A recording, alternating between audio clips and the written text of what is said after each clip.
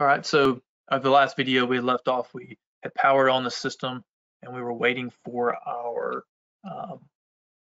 waiting for the green system light. We got the green system light and we're ready for takeoff.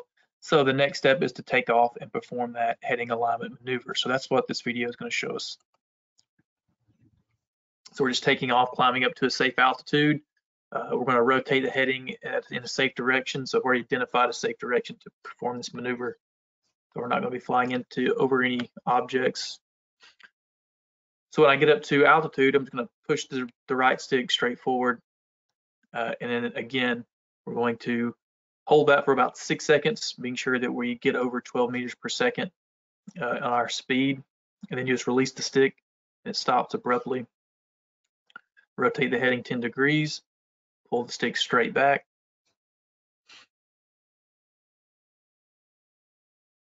For about 6 seconds, exceeding 12 meters per second, and then you release that stick and then it stops. So at that point, the heading alignment maneuver is complete. So now we can, start the mission. We send the mission up to the aircraft, and then it'll fly the gridded mission. And then before we land, we're going to do the same thing again. So once that mission's complete, take manual control of it. We fly the heading alignment maneuver, and then we can land the aircraft.